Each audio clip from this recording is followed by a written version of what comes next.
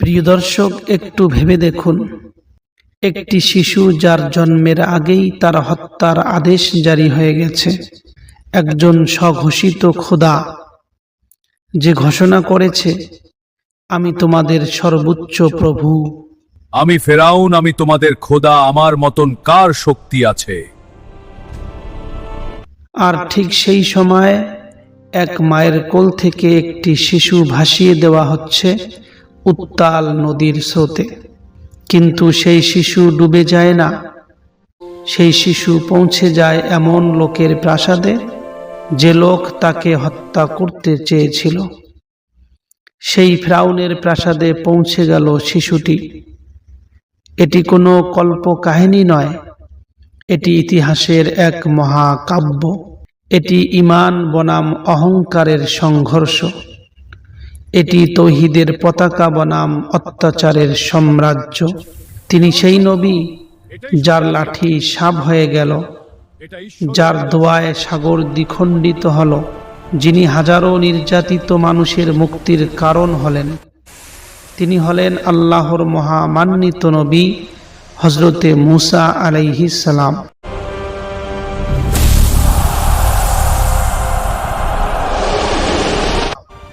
পবিত্র কোরআনে যার নাম এসেছে 128 বার, যার জীবনের প্রতিটি অধ্যায় আমাদেরকে শিক্ষা দিয়েছে যে অত্যাচার যত শক্তিশালী হোক না কেন, আল্লাহর সাহায্য তার চেয়ে অনেক বেশি শক্তিশালী। প্রিয় দর্শক, আজ থেকে আমরা শুরু করছি হযরতে মুসা আলাইহিস সালামের সম্পূর্ণ জীবনী, জন্ম থেকে নবুয়ত পর্যন্ত, ফিরাউনের সঙ্গে মুসা আলাইহিস সালামের সংঘর্ষ, বনু ইসরাইলের মুক্তি, আর ইতিহাসের এক অবিস্মরণীয় বিপ্লবের কাহিনী। প্রিয় দর্শক, ভিডিওটি শেষ পর্যন্ত দেখুন, কারণ এই গল্প শুধু ইতিহাস নয়, এটি আমাদের ঈমান, ধৈর্য আর সংগ্রামের শিক্ষা। এটি প্রায় 1520 খ্রিস্টাব্দের ঘটনা। মিশরের আকাশে তখন অত্যাচারের কালো মেঘ ছেয়েছিল। সিংহাসনে মিশরের মধ্যে বসে আছে এক স্বঘোষিত খোদা, ফেরাউন। তার নাম দ্বিতীয় মারনেফতা। তার পিতা ছিল রামসেস, কিন্তু তার পিতা বৃদ্ধ বয়সের কারণে বাস্তবে শাসনভার ছিল ফেরাউনের হাতে। সে শুধু একজন রাজা ছিল না, সে ছিল নিষ্ঠুরতার প্রতীক, অহংকারে অন্ধ এক শাসক যে নিজেকে বলতো, আমি তোমাদের সর্বোচ্চ খোদা। প্রিয় দর্শক, সেই সময় মিশরে বসবাসকারী এক জাতি বনু ইসরাইল। বনু ইসরাইলের ইতিহাস অত্যন্ত গৌরবময়। হযরত ইউসুফ আলাইহিস সালামের সময়ে যখন তিনি মিশরের কোষাধ্যক্ষ ছিলেন, তখন তিনি তার পিতা হযরত ইয়াকুব আলাইহিস সালাম এবং তার ভাইদের জন্য তখনকার ফেরাউন, যার নাম ছিল রাইয়ান ইবনে ওয়ালিদ, তার কাছ থেকে একটি জমিন লাভ করেছিলেন হযরত ইউসুফ আলাইহিস সালাম। আর সেই জমিতেই ইয়াকুব আলাইহিস সালামের বংশধররা বসবাস শুরু করেন। ইয়াকুব আলাইহিস সালামের বংশধরকেই বলা হয় বনু ইসরাইল। তারা ছিল একাত্মবাদের অনুসারী। এই বনু ইসরাইল ছিল হযরত ইয়াকুব আলাইহিস সালামের দ্বীনের অনুসারী। বনু ইসরাইল মূর্তি পূজা করত না, তারা ফেরাউনকে খোদা বলেও মানত না। সেই সময়ে আল্লাহর নিকট এই বনু ইসরাইল ছিল শ্রেষ্ঠ সম্প্রদায়। সময়ের সাথে সাথে বনু ইসরাইল সংখ্যায় বৃদ্ধি পায়, শক্তিতেও উন্নত হয়। এটাই ফেরাউনের চোখে হয়ে ওঠে ভয়ের কারণ। ফেরাউন চাইল সবাই তাকে সিজদা করুক। ফেরাউন চেয়েছিল সবাই তাকে রব বলে মেনে নিক। কিন্তু বনু ইসরাইল দৃঢ়ভাবে বলল, আমাদের রব একমাত্র আল্লাহ। এই অস্বীকৃতি ফেরাউনের অহংকারে আগুন ধরিয়ে দেয়। ফেরাউন মনে মনে চিন্তা করতে লাগে যে এই বনু ইসরাইল আমাকে খোদা বলে মানছে না। এই বলে ফেরাউনের রাগ আরো চরমে ওঠে। তারপর শুরু হলো নির্মম নির্যাতন। বনু ইসরাইলকে দাস বানানো হলো। কঠোর পরিশ্রমে তাদেরকে বাধ্য করা হলো। ইট বানানো, প্রাসাদ নির্মাণ, পাথর টানা, সবচেয়ে নিকৃষ্ট কাজগুলো বনু ইসরায়েলের উপর চাপিয়ে দেওয়া হলো। ফিরআউন বুঝতে পারছিল এই জাতির ভিতরে আছে এক আলাদা শক্তি। তাদের ঈমান, তাদের ঐক্য ফিরআউনকে আতঙ্কিত করছিল। প্রিয় দর্শক, এই সবের মাঝখানে এক রাতে ফিরআউন একটি ভয়াবহ স্বপ্ন দেখল। ফিরআউন স্বপ্নে দেখল বনু ইসরায়েলের ঘর থেকে এক আগুন বের হয়ে মিশরের প্রাসাদগুলো জ্বালিয়ে দিচ্ছে।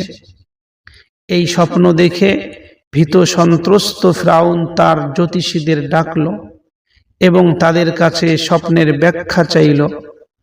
জ্যোতিষীরা ফিরআউনকে বলল, হে রাজা, হে আমাদের প্রভু, বনু ইসরায়েলের ঘরে এমন এক সন্তান জন্ম নেবে যে তোমার সিংহাসন ধ্বংস করবে। প্রিয় দর্শক, এই কথা শুনে ফিরআউনের চেহারা রক্তিম হয়ে উঠল। সাথে সাথেই ফিরআউন আদেশ জারি করল, বনু ইসরায়েলের ঘরে যত নবজাতক পুত্র সন্তান জন্ম নেবে সবাইকে হত্যা করতে হবে। মায়ের কোল থেকে সন্তান ছিনিয়ে নেওয়া হতো এবং তাদেরকে হত্যা করা হইত। প্রিয় দর্শক, রক্তে রঞ্জিত হয়ে উঠল মিশরের মাটি। মায়েদের কান্নায় মিশরের আকাশ ভারী হয়ে উঠল। কিন্তু আল্লাহর পরিকল্পনা ছিল অন্যরকম। এই অন্ধকার সময়ে জন্ম নিলেন এক আলোকবর্তিকা, হযরতে মূসা আলাইহিস সালাম। মূসা আলাইহিস সালামের পিতার নাম ছিল ইমরান। হযরতে মূসা আলাইহিস সালামের পূর্ণ নাম এইভাবে হয়: মূসা ইবনে ইমরান ইবনে কাহিস ইবনে আজর ইবনে ইয়াকুব আলাইহিস সালাম ইবনে ইসহাক আলাইহিস সালাম ইবনে ইব্রাহিম আলাইহিস সালাম। এক মহামান্বিত নবী পরিবারের বংশধর মূসা আলাইহিস সালাম। তার বড় ভাই ছিলেন হযরতে হারুন আলাইহিস সালাম। পরবর্তীতে মূসা আলাইহিস সালামের দোয়ার বরকতে আল্লাহ সুবহানাহু তাআলা হারুন আলাইহিস সালামকেও নবুয়ত দান করেছিলেন এবং হারুন আলাইহিস সালামকে করে দিয়েছিলেন মূসা আলাইহিস সালামের সহায়ক। মূসা আলাইহিস সালামের জন্মের পর মূসা আলাইহিস সালামের মা ভয়ে কাঁপতেছিল। চারদিকে সৈন্যরা ঘুরে বেড়াচ্ছে, যে কোনো মুহূর্তে সৈন্যরা দরজা ভেঙে ঘরে ঢুকতে পারে। ঠিক সেই সময় আল্লাহ সুবহানাহু তাআলা মূসা আলাইহিস সালামের মায়ের অন্তরে ওহী প্রেরণ করলেন। ওহীতে বলা হলো, হে মূসার মা, তুমি মূসা আলাইহিস সালামকে দুধ পান করাও। যখন তার জন্য ভয় করবে তখন মূসাকে নদীতে ভাসিয়ে দিও। আর তুমি ভয় করো না, দুঃখ করো না। আমি মূসা আলাইহিস সালামকে তোমার কাছে আবার ফিরিয়ে দিব এবং মূসা আলাইহিস সালামকে বানাবো আমার রসূল। প্রিয় দর্শক, কি কঠিন পরীক্ষা! একজন মা নিজের সন্তানকে নদীতে ভাসিয়ে দিচ্ছেন, কিন্তু ঈমান মূসা আলাইহিস সালামের মাকে শক্তি দিতেছিল। একটি ছোট্ট বাক্সে শিশুটিকে রেখে মূসা আলাইহিস সালামের মা মূসা আলাইহিস সালামকে নীল নদীর মধ্যে ভাসিয়ে দিলেন। নদীর ঢেউ শিশুটিকে ভাসিয়ে নিয়ে গেল সোজা ফিরআউনের প্রাসাদের দিকে। যে রাজা মূসা আলাইহিস সালামকে হত্যা করতে চেয়েছিল সেই রাজপ্রাসাদেই পৌঁছে গেল ভবিষ্যতের মুক্তিদাতা। প্রিয় দর্শক, ফিরআউনের দাসীরা মূসা আলাইহিস সালামের সন্দুকটি উঠিয়ে ফিরআউনের স্ত্রীর কাছে নিয়ে গেল। ফিরআউনের স্ত্রী আসিয়া রাহমাতুল্লাহ আলাইহা শিশুটিকে দেখে মুগ্ধ হয়ে গেলেন। ফিরআউনের স্ত্রী আসিয়া ফিরআউনকে বললেন, এই শিশুটিকে তুমি হত্যা করো না, এই শিশুটি আমাদের চোখের শীতলতা হবে। প্রিয় দর্শক, এভাবেই আল্লাহ সুবহানাহু তাআলা শত্রুর ঘরেই তার নবীকে লালন পালনের ব্যবস্থা করলেন।